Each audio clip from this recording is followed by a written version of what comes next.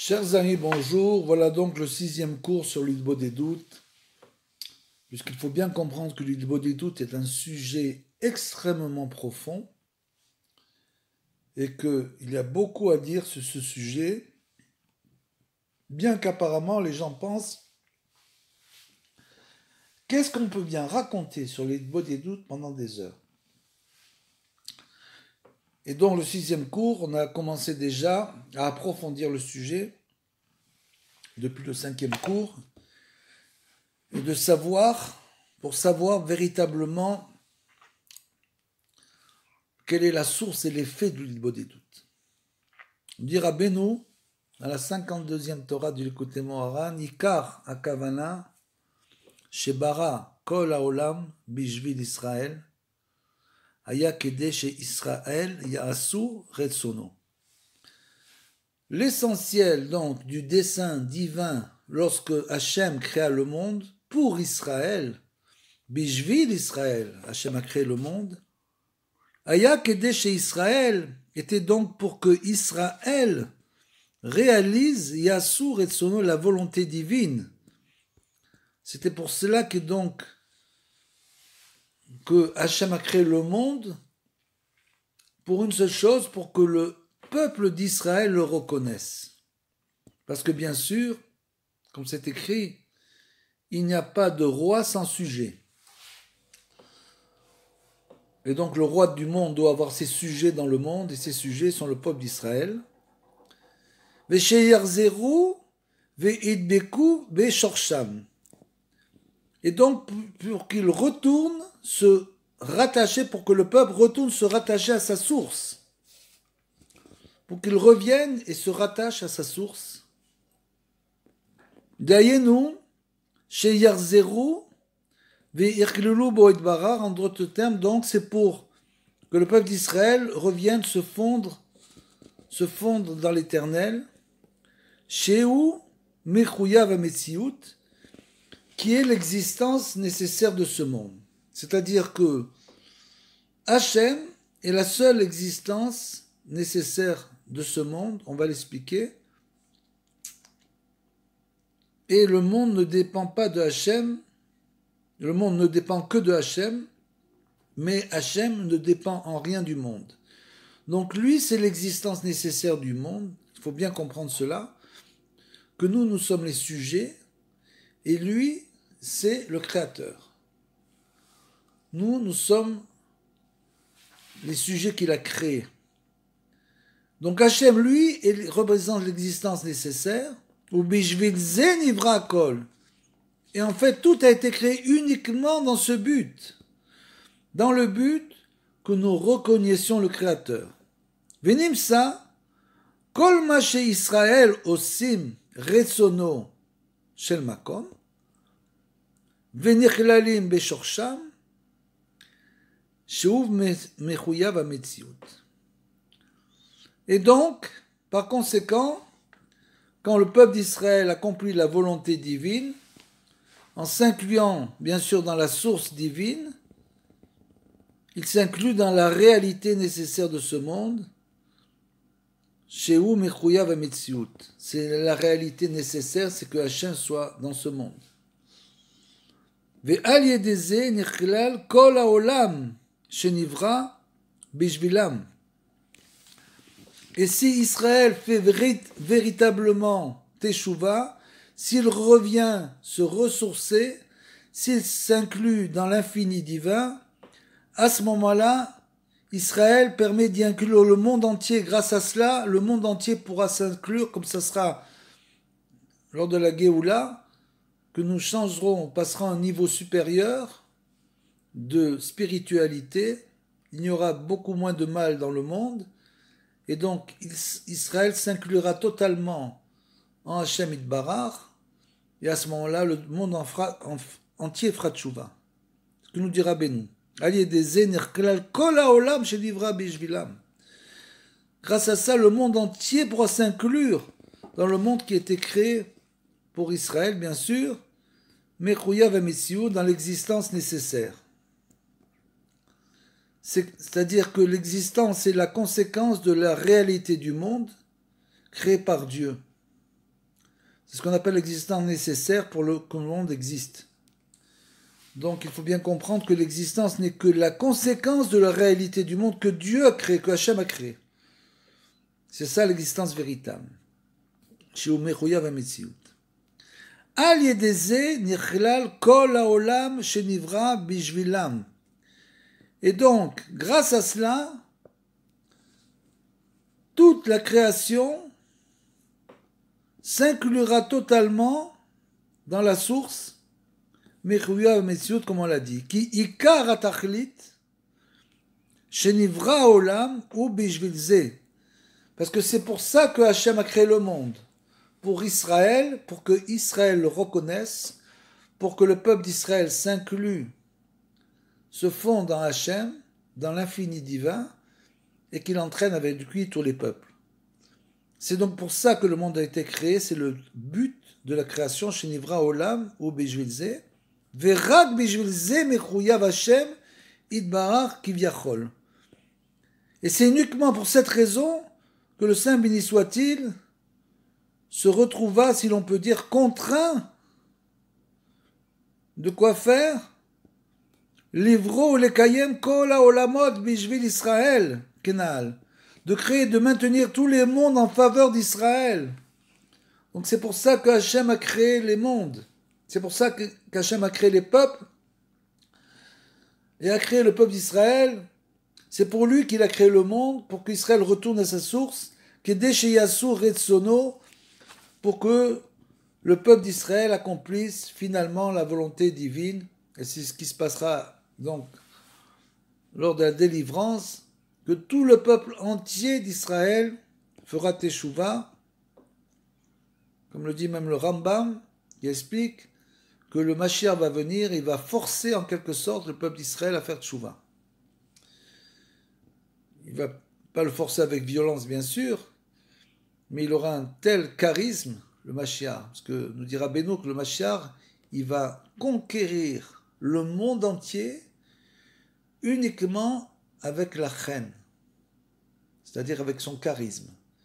Il aura sur son visage et sa manière de parler, de se comporter, un tel charisme, une telle connaissance que les peuples seront totalement éblouis et feront de lui le Kessar Olam, le maître du monde, en quelque sorte le maître, le Kessar, le maître, le dirigeant du monde, sans lever le petit doigt. Et bien sûr, le peuple d'Israël, qui ne le reconnaîtra pas au début, par la suite fera Teshuvah, reconnaîtra le Mashiach, on expliquera Beno, et tous reviendront à Hachem. Ve'al ken az davka כשעושים רצונו, נכלל העולם במכינת מחויב המציאות כנעל. Et donc c'est la raison pour laquelle, lorsque le peuple, que Israël, accomplit la volonté divine, plus nous faisons tchouva, plus le monde entier entre dans la dimension de la réalité nécessaire obligatoire de comprendre que Hachem a créé le monde et c'est lui seulement qui représente l'existence dans ce monde. Qui kol ma sheosim retsono yoter, parce que plus nous accomplissons la volonté divine, em niklalim beyoter im kol haolamot atluyim baem bechiyuv hametziut. Donc plus le peuple a accompli la volonté divine, plus il s'inclut avec eux, ils incluent avec eux tous les mondes dépendant d'eux, dans cette dimension nécessaire, bien sûr. Qui aliédé chez Osim Retsono Itbarach, Em Chozrim Venichelalim Bo Itbarach, Sheu Mechuyav HaMetziut, parce que dès l'instant où le peuple d'Israël font la volonté de Dieu, les âmes d'Israël retournent fusionnées en lui, en quelque sorte, béni soit-il, qui est l'existence inconditionnelle. Donc ça veut dire que plus nous faisons tchouva, nous réalisons notre mission dans ce monde en tant que peuple, nous nous fondons dans l'infini divin, plus nous influençons les mondes et les peuples, bien sûr. À ce moment-là, tous les mondes Atluim benafsham. Ça veut dire que tous les mondes qui dépendent des âmes juives, puisque tous les mondes dépendent du peuple juif, bien sûr, les mondes supérieurs, sont également inclus dans cette dimension nécessaire, b'mechiyav hametziut. Donc vous voyez une introduction assez profonde pour nous faire comprendre à quel point nous devons faire en tant que peuple et en tant qu'individu notre mission dans ce monde. Rabbeinu avait bien sûr une vision, une Torah totalement messianique, totalement, et sa vision de la Torah messianique, c'est justement que la réparation doit être individuelle pour après passer au niveau klali général.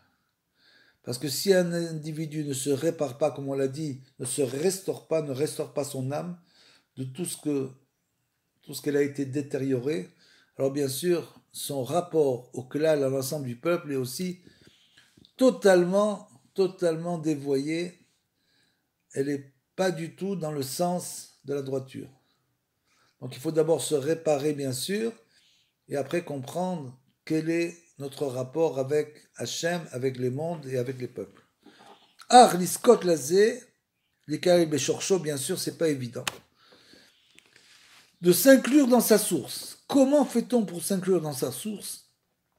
C'est pas du tout évident. Dayenu, l'arzor, les itkalel, be'ardut Hachem itbara, c'est-à-dire de retourner se fondre dans l'unité divine, béni soit-il, chez Umechoyav Hametziut, qui représente l'existence nécessaire de ce monde. Zeyev Jean Liskot, cette chose-là, nous pouvons la mériter qui im aliédé bitoul. On ne peut mériter cela que qu'en annulant soi-même, sans s'annulant devant l'infini divin. Dès l'instant où l'homme s'annule devant l'infini divin, alors à ce moment-là, bien sûr, il peut atteindre ce niveau. Et bien sûr, Rabbeinu n'en parle pas ici, je crois, mais l'annulation, la première annulation que nous devons faire après que nous ayons pris conscience de l'existence divine, bien sûr, et que nous faisons toute la Torah, c'est l'annulation devant le tzaddik. Le tzaddik, c'est le chaliar, c'est l'envoyé de Hachem sur terre pour nous réparer. Donc il faut s'annuler totalement devant le tzaddik, devant les paroles du tzaddik que nous lisons actuellement. C'est-à-dire que c'est lui notre guide spirituel. Il faut s'annuler totalement devant lui. Et comme on l'a dit, ne pas aller selon son cerveau et son cœur qui nous poussent toujours dans des chemins difficiles, dans des perditions. Il faut s'attacher aux paroles du tzaddik, s'annuler totalement devant les paroles du tzaddik, pour pouvoir ensuite s'annuler, bien sûr. Grâce à ça, l'homme peut s'annuler beaucoup plus facilement dans l'infini divin. Et c'est pas l'inverse. Comme certaines personnes, qu'est-ce que tu as besoin de t'annuler devant le tzaddik? Moi, je m'annule devant Hachem. En fait, tu t'annules devant rien du tout, parce que tu n'as pas compris du tout, quel doit être ton rapport avec Hachem. Donc souvent, les gens tombent dans des fantasmes qu'ils ont atteint un tel niveau. Déjà, quand tu t'annules devant le tzaddik, tu commences à comprendre ton niveau. Alors, quand tu t'annules devant Hachem, je vous en parle pas. Donc, c'est déjà une étape. Donc, quand l'homme est arrivé à ces niveaux très élevés, il s'est annulé devant le tzaddik et devant Hachem, le bitoul. À ce moment-là, chez Yevatel Atzmo les gamré, jusqu'à ce qu'un homme s'annule totalement, ad sheye nirklal be'ardoto et barar, jusqu'à se voir inclus dans l'unité du Saint béni soit-il. C'est-à-dire que l'homme s'est totalement inclus dans Hachem. On a beaucoup parlé de ça, mais tout ça c'est bien beau, c'est de belles paroles, mais comment justement ça jusque-là, c'est ce qu'on trouve dans les livres. C'est-à-dire que les livres de Torah vous parlent de chokhmot. Donc quelqu'un lit ça, il dit oh là là, c'est extraordinaire, je viens d'apprendre une chose fabuleuse. Mais le problème, c'est que tu ne peux pas mettre ça en pratique. Les livres parlent de chokhmot. Alors que Rabbeinu est venu avec des livres de conseils qui parlent de binot, de bina. C'est pas la chokhma uniquement, c'est aussi la bina, c'est-à-dire de toujours faire passer la connaissance dans le cœur. Et toujours Rabbeinu, quand il te donne une connaissance élevée, toujours il accompagne ça d'un massé, d'une action que nous devons faire, d'un conseil, un conseil pour pouvoir faire passer cette connaissance dans notre vie. Autrement, il est très difficile de faire passer la Torah dans notre vie. Ce qu'on veut, c'est vivre la Torah et pas uniquement parler d'elle. Parler d'elle, c'est très facile. La vivre, c'est beaucoup plus difficile. Donc toujours, Rabbeinu nous donne un conseil. Veillez lavo les bitoul, et tu ne pourras pas atteindre ce niveau de bitoul. Qui im aliédé doutes. C'est doutes, c'est la clé de ton rapport avec Hachem. C'est la clé de ton rapprochement à Hachem. L'idbodédout, comme on vient de l'expliquer déjà dans plusieurs cours. Donc, Yevchar Lavo, Yedé Bitoul, qui aliédé idbodédout, qui aliédé chez Midboded ou Mefachesh Sichato, Beno le Benkono, aliédé ou Zoché le Vatel, Kol Ta'avot Amidot Raot. Rabbeinu nous donne ici, je peux le dire, une bombe atomique. Une véritable bombe atomique. Chacun doit écouter les paroles de Rabbeinu, comprendre et appliquer. Donc tout ce qu'on vient de le dire pour se fondre dans l'infini divin, qui est le but de tout Israël, de tout homme d'Israël dans ce monde, qui m'a lié doutes, seulement doutes, pourquoi? Qui a lié doutes, mais paraît sirato, quand l'homme commence à s'isoler et parler avec le Créateur, converser avec le Créateur, ainsi il peut annuler ses tentations. C'est-à-dire que, pourquoi l'homme a des tentations? Parce qu'il a réfléchi sur la Torah, réfléchi sur la morale, il réfléchit, mais ses tentations, elles n'ont pas bougé. Comme dira Beno, tu rentres au Beth Midrash avec ton Yetzer Hara, le Yetzer Hara, tu le mets de côté à l'entrée du Beth Midrash, tu étudies toute la journée, quand tu sors du Beth Midrash, il t'attend, tu reprends le même Yetzer Hara, il n'a pas bougé d'un poil. Et tu continues avec le Yetzer Hara. Pourquoi? Parce que tu n'as fait que accumuler des connaissances dans ton esprit.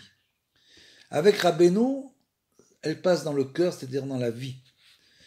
Quand tu sors du Yetzer Hara, du Beth Midrash de Rabbeinu, donc de l'Idbodédout, puisque vous savez qu'il n'y a pas véritablement de yeshivot, de grandes yeshivot de Breslev, c'est pas le Breslev, c'est pas le style. Je crois que Rabbi Nathan disait que c'est bien de faire un endroit d'étude qui soit comme une tente, un endroit araï, c'est-à-dire provisoire, puisqu'on doit passer beaucoup de temps en Idbodédout dans les champs et les forêts, donc on ne doit pas être toute la journée dans les yeshivas. Donc,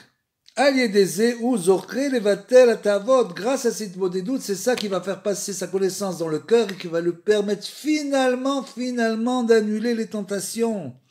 Il n'y a pas d'autre moyen d'allumer les tentations, d'annuler, qu'avec l'Idbodédout. Donc, annuler toutes ces tentations vers Midot Raot et de réparer ses mauvais traits de caractère. Il a appris 10 fois le Mislat et Sharim, mais il se met toujours en colère. Il se met que par l'Idbodédout, demander à Hachem de nous aider à annuler la colère, de nous aider à annuler les tentations, qui sont les trois essentielles, c'est les tentations de l'argent, la chair et la bonne chair. Et donc, ça, et d'annuler l'orgueil, bien sûr, ce n'est que par l'Idbodédout qu'on y arrivera. Et même les mauvais traits de caractère. Il est coléreux, il est orgueilleux, il est ci, il est là. Tout demande à Hachem de nous réparer, de nous aider à réparer. Donc il faut déjà reconnaître, bien sûr, il faut faire, comme on a dit dans le cours précédent, il faut faire le vidouille, avoir la honte sur le visage. C'est tout un processus extrêmement profond qui arrive à changer l'homme totalement. Jusqu'à ce que l'homme arrive finalement à annuler toute cette dimension matérielle, c'est-à-dire commencer à ressentir son âme. Dès l'instant où l'homme se met en Idbodédout, comme on l'a dit précédemment, il va commencer à ressentir véritablement son âme. Ou les kalel beshorcho, et pour finalement se fondre dans sa source. Itkar des doutes ou balaïla. Et pour cela, pour que ce soit un effet, on l'a déjà expliqué, mais on va l'expliquer encore un peu plus profondément. L'essentiel de l'Idbo des doutes, c'est la nuit qu'on doit le faire.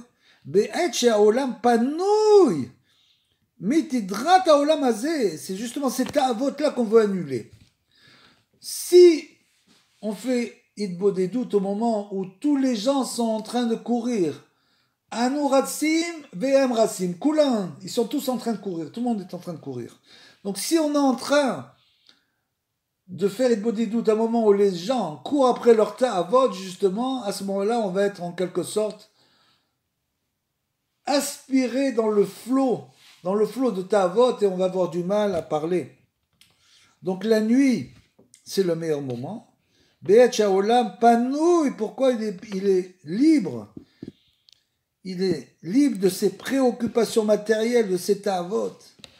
Ki beyom al yedeh rotfim ha'olam achar olam hazeh, parce que bien sûr, pendant la journée, le monde fait la course. Le monde est perturbé. Il fait la course à l'argent, la course au ta'avot, ou mevatel ou mebalbel et adam leidabek veditkalel be Hashem itbarar. À ce moment-là, tout ça, ça va entraîner que l'homme ne peut plus s'attacher, s'inclure dans le Saint béni soit-il. Ve'afilu imu be'atzmo eno taroud, et même si lui, vous me direz, c'est un tzaddik. C'est un tzaddik, il n'est pas touché par tout cela, il n'est pas troublé ni affairé. Umeatzmo afilu be'atzmo eno taroud afal piken me'achar she'aolam trodim, du fait de l'influence du monde, bien sûr. Az rotfim az achar evle olamazé, que tous les gens courent après les bêtises de ce monde, qui ne forment leur vie, qui ne vivent que sur le matériel, ils ne courent qu'après le matériel dans ce monde, ce qu'on s'appelle evle olamazé, al yedeze caché az lavo les débitul, et chacun d'entre nous étant dans cette situation pendant la journée, bien sûr, a du mal à pouvoir s'annuler devant le Créateur. Voilà quelques détails que nous donne Rabbeinu encore sur l'Idbo des doutes. Il nous dit Vegam srichim sheye Idbo des doutes bemakom miuchad. Donc l'Idbo des doutes doit aussi se dérouler dans un endroit spécifique, comme on en a parlé. Dayenu chutz me'air bederer yechidi. Ça, c'est bien pour ceux qui habitent à la campagne, justement, en dehors de la ville, sur un chemin isolé. Un endroit où les gens ne vont pas beaucoup. Vous savez, il y a beaucoup d'endroits, vous pouvez trouver beaucoup d'endroits où finalement il y a des jardins, des endroits, etc., où les gens ne vont pas là-bas. Des endroits où il y a des arbres, par exemple, et personne ne rentre à l'intérieur de ces arbres. Donc c'est bon d'aller dans des endroits comme ça, des endroits qui sont un peu FKR comme ça, c'est-à-dire un peu abandonnés, bien qu'ils peuvent même se trouver dans des endroits habités. Mais malgré tout, c'est des chemins isolés, des endroits isolés. Donc, où les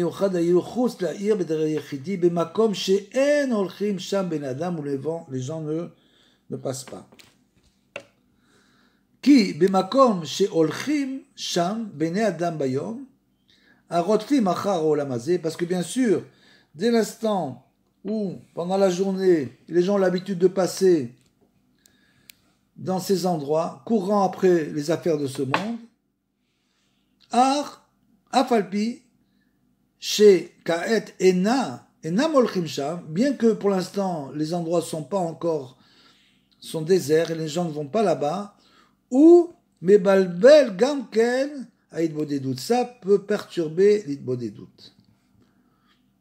Ve'eno yachol leidvatel ou lekalel bo idbarar, et l'homme ainsi ne peut pas véritablement s'annuler, s'inclure dans Hashem Itbarach. C'est simplement pour nous donner une idée de savoir on commence où on commence. On commence toujours petit à petit, on doit grimper donc chaque jour une marche. Là, on est déjà monté assez haut et on a atteint déjà un niveau assez important de l'Hitbod des doutes, puisque c'est bien sûr une chose qui évolue en permanence chez la personne.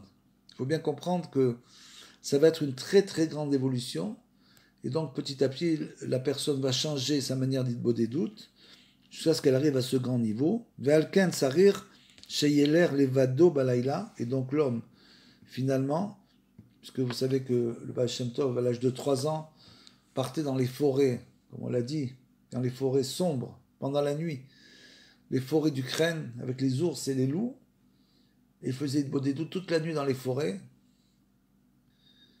donc il n'avait pas peur, il n'a jamais eu peur. Parce que ses parents sont décédés très tôt, quand il était tout petit, et son père lui a dit une seule chose avant de mourir, il lui a dit « Surtout, n'aie jamais peur ».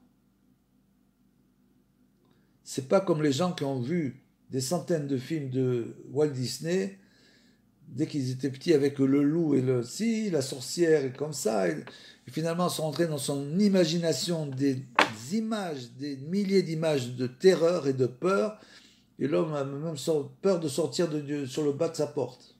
Pourquoi? Parce qu'il a dans sa tête emmagasiné toutes ces bêtises du monde, alors que si bien sûr on lui avait dit surtout n'aie jamais peur, à ce moment-là ça aurait été différent. Mais il faut se le dire à nous-mêmes. Donc l'évado, l'homme sort seul dans la nuit, bien sûr dans un endroit qui n'est pas dangereux. Bederer Yechidi, sur un chemin retiré. Bemakom chez En Shamadam, un endroit où il n'y a personne. Vesham Yeler Veidboded. Et là-bas il devra s'isoler. Veifne libo vedato mikol aske olamazé. Et l'homme videra son cœur et son esprit de toutes les préoccupations qui le lient à ce monde, c'est-à-dire toutes ces préoccupations auxquelles il pense toute la journée. Il fera le vide. Vievatel akol, il annulera tout. Ad chez iske le bechinat bitul behemet, jusqu'à ce qu'il parvienne véritablement à un tel degré de détachement de ce monde physique. Ayenu, chez Betrila, Yarbe, Betfilot, Vesichot, Veidbodedut, et donc il commencera par abonder en prière, en paroles, pendant son isolement nocturne, naturellement, Balaïla, Bedere Yechidi Kenal, sur un chemin isolé, comme on l'a dit, Ad chez Iske Ivatel et Adavar, jusqu'à ce qu'il parvienne donc à annuler. Adavar, ça veut dire on doit commencer par, comme le dit Rabbeinu, pour faire le tikkun à midot, parce que c'est ça qu'on doit faire, le tikkun des tavot et des midot. Chacun a une faiblesse, plusieurs faiblesses, mais il y en a une qui est prédominante. Qu'est-ce que doit faire l'homme? Il doit commencer à demander à Hachem d'annuler en lui cette faiblesse. Et donc il va le faire pendant des journées, pendant des semaines, pendant des mois, pendant des années jusqu'à ce que la faiblesse soit annulée, sans faiblir un seul jour. Demandez à Hachem sans arrêt que Hachem annule chez cette personne cette faiblesse. Et vous allez voir que la faiblesse va véritablement disparaître. Il ne faut surtout pas croire que le travail est terminé, parce qu'elle peut revenir. Dès qu'on arrête, ça revient. Donc il faut automatiquement, tout de suite, tout le temps, inclure dans son Hitbod des doutes sa plus grande faiblesse, et après, donc régler ses traits de caractère, les tavot, bien sûr, ce sont les tavot, les désirs, qu'il annule aux désirs un par un, on les passe en revue, un par un, et les traits de caractère, chacun selon aussi ses faiblesses au niveau des traits de caractère, qui nous renforcent, donc on prend qu'une chose à la fois. On ne se laisse pas assaillir par toutes les pensées qui nous viennent, on doit essayer de régler les problèmes un par un. Dayenu levatel mida veta avazot, comme on l'a dit, d'annuler donc une mauvaise tentation, un mauvais trait de caractère, vecharkar yarbe od veitbodedut anal, et après on continuera bien sûr à faire l'idbodedut, ad shevatel mida vetava acheret, jusqu'à ce que Hachem nous aide à annuler une autre passion et à réparer un autre trait de caractère. Vechen inag zman rab idbodedut, et comme ça l'homme va passer beaucoup de temps en idbodedut, à demander au Créateur sans arrêt de l'aider à annuler ses passions, à changer ses traits de caractère, à l'aider à étudier la Torah, à faire les mitzvot avec Kavana, à prier avec Kavana, etc. Il y a des millions de choses qu'on peut demander, bien sûr. Bezman anahal, ou bemakom anahal, donc dans cet endroit, quand on a trouvé un endroit finalement paisible et calme, on peut faire idbodedut, tel akol, jusqu'à ce que l'homme arrive à s'annuler totalement, qu'il ne reste plus rien de tout ça. Ve'acharkar, adayin nishar mimeno, et c'est davar. Bien sûr, après tout cela, il reste encore des choses négatives. Ve'acharkar, bevatel gamze, après il annule ce qui remonte à la surface, parce que c'est bien connu. J'ai personnellement rencontré des gens, des jeunes, une trentaine d'années, sur la route d'Ouman, qui me racontaient, et ça c'est pas qu'une seule fois, c'est très souvent, qui me disaient, pour l'instant j'étais dans une telle chassidoute, je menais une petite vie tranquille, je faisais mes tfilotes, mon étude, etc. Tout se passait bien. Je suis venu une fois chez Rabbeinu, le monde s'est renversé. Je me suis retrouvé devant le néant, devant le vide. Et je me suis finalement retrouvé devant mes passions, mes problèmes. Et depuis, je suis uniquement en train de régler mes problèmes personnels. Pourquoi ça se passe comme ça? Parce que tant que tu ne vas pas chez le grand sadique qui est collé à Hachem, tu vas chez un autre sadique, c'est très bien. Tu vas prendre la Torah, parfait. Mais sache que pour l'instant, on n'a pas encore parlé de tes mauvais traits de caractère et de tes passions. C'est quand tu vas chez Rabbeinu, cette eau de la Torah dont tu jouissais tous les jours, Rabbeinu, tout simplement, il prend la casserole et il la met sur le feu. Dès le moment où la casserole est sur le feu, les impuretés remontent à la surface. Quand l'eau commence à bouillir, les impuretés remontent à la surface, elles étaient cachées, elles étaient à l'intérieur, et tu avais mis des couches de Torah, des centaines de couches de Torah sur ces impuretés, et n'étaient pas encore occupées. Chez Rabbeinu, on commence par le début, on commence par faire bouillir l'eau, faire monter les impuretés et réparer les impuretés par l'idbodedut justement. Et donc c'est pour cela que il nous dit vacharkar bevatel gamze, c'est-à-dire que bien sûr après les impuretés continuent à monter sans arrêt, jusqu'à ce que tu comprennes que finalement tu as réussi à nettoyer toutes ces impuretés. Perouche, qui yachol liot achar shebitel kol atavot umidot raot she'adayin nishar mimeno klum. C'est-à-dire que c'est ce qu'on vient de dire. En d'autres termes, il arrive parfois qu'après avoir annulé toutes les tentations et les mauvais traits de caractère, subsiste néanmoins quelque chose qui n'était pas encore totalement annulé.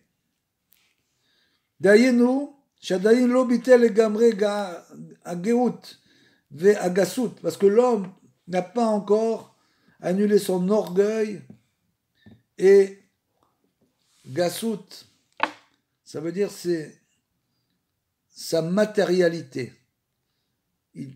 Cet homme-là n'est pas encore épuré, il parle de manière très matérielle, il vit de manière très matérielle, et cette gasut qui est liée au corps, au physique, bien sûr, nous suit tout le temps. Ad shenirshav be'enav le'eze davar. Et donc, il est toujours possible qu'une personne se considère encore à ses propres yeux comme cette chose-là ça représente quelque chose, c'est-à-dire que pour l'instant, il a beaucoup travaillé sur lui-même, il a fait un grand travail, mais il rêve encore d'être riche. Il veut être riche, et il dit quand je serai riche, j'achèterai ça, je ferai ci, je ferai là. Donc il a toujours ce fantasme de la richesse. Et donc ces choses-là, il faut aussi les annuler et vivre comme le forgeron, comme le cordonnier qui fait les chaussures à 3 pointes, Comme ça, il faut vivre, comme un cordonnier, et être content de ce qu'on reçoit, comme lui. Sa femme lui disait, dans les contes, mais toi, tu vends tes chaussures, tu me dis qu'elles sont si belles, et pourquoi tu les vends la moitié prix des autres? Il dit, mais moi, je suis très content de ce que je gagne de mes chaussures. ועל כן צריכים להתייגע ולהרבות והתבודדות הנ"ל, et à ce moment-là, il faut continuer à pratiquer beaucoup d'efforts, fournir des efforts pour pratiquer autant que possible, donc l'itbodedut, עד שלא יישאר ממנו כלום, jusqu'à ce que l'homme ait annulé en lui tout le négatif qu'il avait à l'intérieur. Vous voyez donc, l'itbodedut, c'est un grand travail, un très grand travail. שיהיה בבחינת מה Bémet, jusqu'à ce que l'homme devienne un ma, comme l'a dit Rabbeinu, ma anachnu, Moshe Rabbeinu, et nous, que sommes-nous? Que suis-je? Nous sommes rien, qu'est-ce qu'on peut faire? La faute du veau d'or, qu'est-ce qu'on peut faire? Dit Hachem, ça veut dire que dès l'instant où on dit ma Hachem, que suis-je? Qu'est-ce que je suis? On s'annule devant l'infini divin, et à ce moment-là, on lui donne tout le pouvoir de pouvoir rentrer dans notre vie et la régler.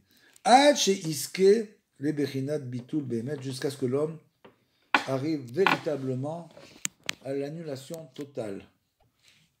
Et nous dit Rabbeinu finalement, Az kshezoche le bitul behemet, quand l'homme finalement arrive à ce tel niveau d'annulation de sa propre personne, Az nichlan nafsho beshorcho, à ce moment-là, son âme s'inclut dans sa source, dayenu bo itbarar, c'est-à-dire dans Hachem itbarar bien sûr, sheu mechouyav hamesiut, qui est l'existence, la seule existence nécessaire du monde, c'est-à-dire, ça veut dire quoi? Ça veut dire que la foi véritable, la hirat shamaim, la crainte divine, c'est de comprendre qu'il n'y a rien de naturel dans ce monde. La nature n'existe absolument pas. L'homme est trompé parce que après l'hiver vient l'automne, après l'automne vient le printemps, après le printemps vient l'été, après l'été vient, etc. Le printemps, après le printemps vient l'été, après l'été vient l'hiver. Donc c'est un cycle. Donc ce cycle perturbe totalement l'homme qui croit qu'il y a une existence de la nature. La nature n'existe absolument pas. Tout n'est que Ashgacha, que providence divine. Tout est entièrement réglé par la providence divine. Donc dès l'instant où l'homme arrive à ce niveau-là de comprendre que tout n'est réglé que par la providence divine, à ce moment-là, il peut s'inclure dans sa source, qui est que tout ne vient que de Hachem. C'est uniquement Hachem qui est l'existence nécessaire de ce monde. Tout le reste n'existe pas. Az nichlal kol haolam im nafsho beshorcho. À ce moment-là, le monde entier pourra s'inclure avec son âme. Le monde entier s'inclut alors avec son âme de cette personne, dans sa source, qui est la réalité, donc on l'a dit inconditionnelle, du monde, qui a kol talui boit bara, car tout dépend de lui, comme nous l'avons dit plus haut. Ve'az naase kol haolam al yado bebechinat mechuyav hametziut, et à ce moment-là, le monde entier, grâce à lui, pourra rentrer dans cette dimension de la réalité nécessaire, c'est-à-dire que le monde entier, comme on vient de le dire, tous les peuples comprendront que la nature n'existe pas, que tout est entièrement géré par la providence. Fin du 6e récit.